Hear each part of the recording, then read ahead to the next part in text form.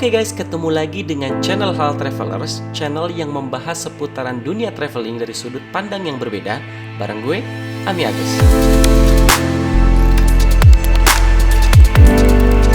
Oke guys, kali ini kita akan membahas apa itu wisata halal, ataupun biasa di dunia internasional disebutnya itu dengan halal tourism. Kenapa gue bahas ini?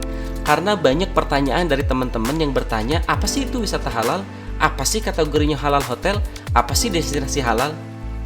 Dan masih banyak pertanyaan-pertanyaan yang masuk ke gue, baik itu dari Instagram ataupun di YouTube, yang bertanya apa itu wisata halal. So, biar tidak terjebak dengan kata-kata halal dan label halal, yuk kita bahas apa itu wisata halal ataupun halal tourism. Halal tourism dimulai, atau wisata halal ini dimulai dari tahun 2009 guys. Jadi sudah sangat jauh, artinya sudah sekitar 11 tahun dari sekarang, 2020. Jadi wisata halal ini boleh dikategorikan dengan sangat simple, artinya itu apa? Extended Muslim Services. Jadi kalau gue terangin lebih detail, gue as an Muslim, ketika gue pergi ke satu daerah, maka mau dong makanannya halal sebagai habits gue ataupun kebiasaan gue sebagai seorang muslim, makanannya halal, mudah sholat, kemudian misalkan di hotel itu kita dapetin direction kiblat, kemudian banyak hal-hal yang memang menunjang gue serasa dalam perjalanan gue di satu tempat yang bukan rumah gue ataupun tempat tinggal gue merasa nyaman, seperti halnya gue merasa feel like home. Jadi serasa gue di rumah nih. Nah, yuk kita bahas lebih detail apa itu wisata halal dan bagaimana sebuah wisata itu dikategorikan halal dan apa saja extended Muslim services itu apa saja. Yuk kita simak satu persatu. Ada 3 kategori untuk memudahkan kita memaknai wisata halal. Yang pertama nih, need to have. Yang kedua, good to have. Yang ketiga, needs to have. Oke. Apa itu need to have? Apa itu good to have? Apa itu nice to have? Jadi dari satu poin kepada poin ketiga itu tidak serta-merta seluruhnya harus ada. Yuk kita bahas satu persatu. Apa itu need to have, good to have, dan nice to have. Yang pertama, need to have. Need to have itu punya 4 kategori. Yang pertama, halal food services. Yang kedua, prayer facilities. Yang ketiga, water friendly washroom. Yang keempat, no Islamophobia.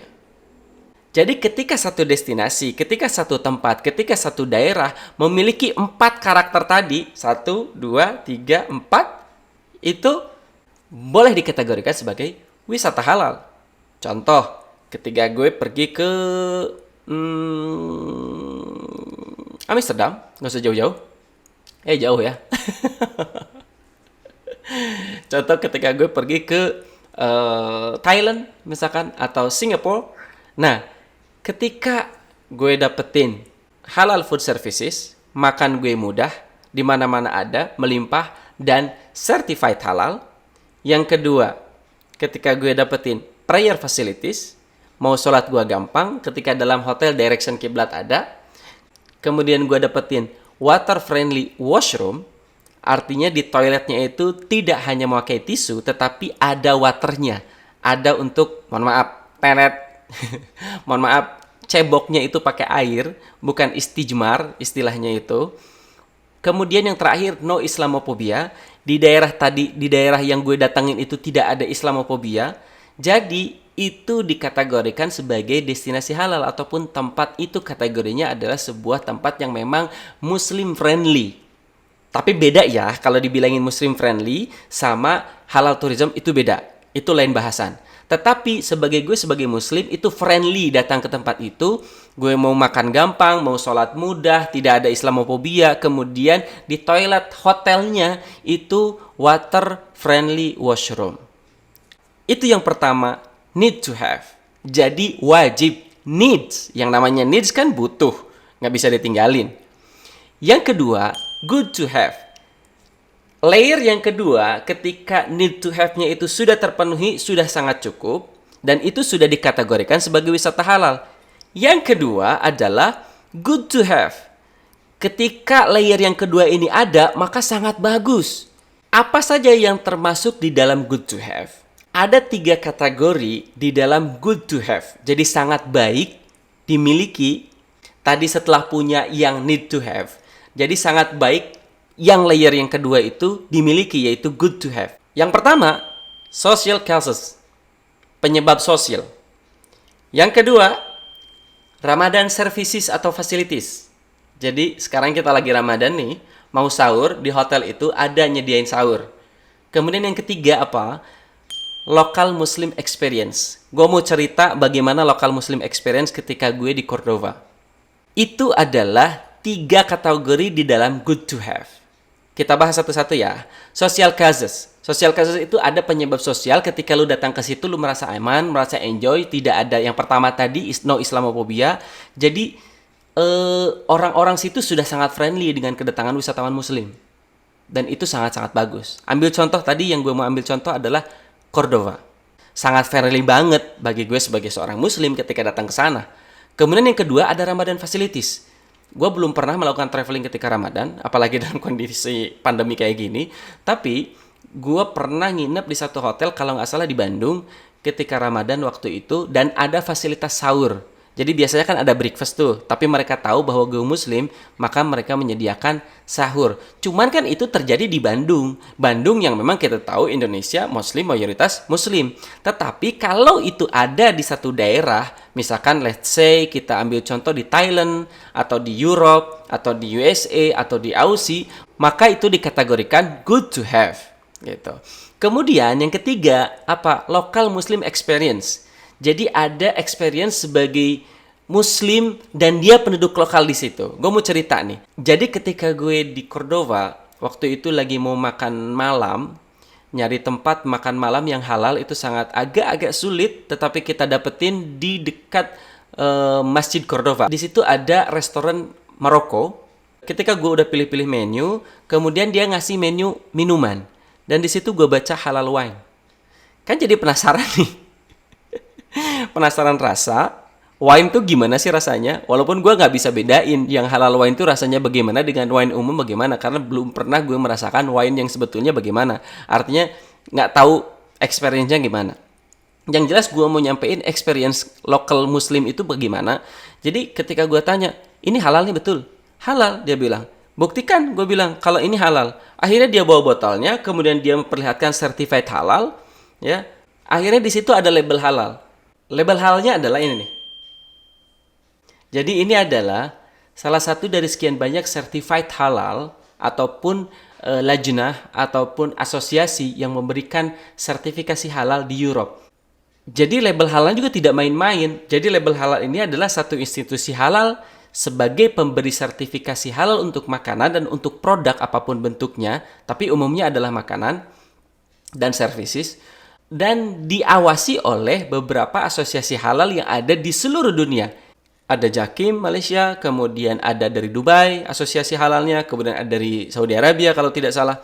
Nah, artinya betul-betul bahwa yang gue coba itu betul-betul sesuai dengan kategori good to have. Jadi ada local Muslim experience. Jadi yang memberitahu bahwa wine itu halal adalah teman ataupun penjaga restoran itu dan dia seorang Muslim. Kemudian yang ketiga, tadi kita sudah bahas layer yang pertama, layer yang kedua, dan sekarang layer yang ketiga, yaitu nice to have, sangat bagus jika dimiliki. Jadi yang pertama itu need to have, sebuah kebutuhan yang tidak bisa ditolerir. Yang kedua, good to have, sangat bagus jika dimiliki. Yang ketiga, nice to have, sangat bagus dan sangat ideal untuk dimiliki. Yaitu apa kategorinya di dalam nice to have ini? Yang pertama, non-halal activities. Contoh nih, ketika ada satu hotel yang memang dia betul-betul certified halal, tidak ada aktivitas non-halal di situ. Salah satunya adalah channel televisi tidak menyajikan channel-channel yang memang tidak sesuai dengan anjuran syariat Islam. Seperti hanya ada beberapa channel yang memang buka-bukaan segala macam. Gue nggak tahu channel-channelnya apa. Yang penting tidak ada aktivitas non halal. Kemudian di hotelnya juga tidak ada bar. Kan betul-betul di situ jual beli wine gitu. Nah, kemudian Yang kedua kategorinya adalah recreational space with privacy. Jadi kalau kita lihat itu di Lombok salah satunya ada sebuah beach yang memang itu betul-betul private, khusus untuk keluarga. Jadi di situ ada satu keluarga yang tidak boleh ada yang datang gitu. Jadi dari kategori-kategori tadi, yang pertama need to have, good to have, nice to have, kita dapat need to have saja sudah cukup. Jadi jangan punya anggapan sekarang teman-teman semuanya ketika di satu daerah, let's say contohnya Bali, kemarin lagi dirame-ramein bahwa di situ akan digulirkan wisata halal. Nggak usah takut, nggak usah ribet. Makna daripada wisata halal itu adalah minimal yang need to have. Need to have-nya apa tadi? Halal food services, prayer facilities, water friendly washroom, kemudian no Islamophobia. Dan di Bali itu semua sudah ada. Jadi di need to have saja sudah terkategorikan wisata halal. Dan sebetulnya Bali itu nggak usah diteriak-teriakin wisata halal. Gue kalau pergi ke Bali, gue merasa di rumah kok, nyaman. Makanan halal ada, gue mau sholat gampang. Kemudian tidak ada diskriminasi sebagai muslim, nggak ada. Kemudian water friendly washroom, pasti di semua hotel di Bali water friendly washroom. Jadi pihak-pihak yang mau meneriakan wisata halal di Bali nggak usah diteriakin. Di Bali itu sudah halal. Karena apa? Need to have-nya sudah cukup, sudah ada. Jadi nggak usah sampai harus nice to have, nggak usah. Karena memang ya nggak mesti ke situ. Need to have-nya aja sudah cukup. Baik teman-teman semuanya, itulah yang bisa saya sharing kali ini tentang wisata halal, tentang halal tourism. Mudah-mudahan edukasi ini sangat bermanfaat bagi teman-teman semuanya dan membuka wawasan bagi teman-teman semuanya bahwa itulah wisata halal. So, yang merasa video ini sangat bermanfaat, silahkan subscribe, share, dan like, dan bunyikan loncengnya supaya setiap video kita upload teman-teman semuanya ada notifikasi ke handphone teman-teman semuanya. Oke, ketemu lagi di lain waktu. Siap.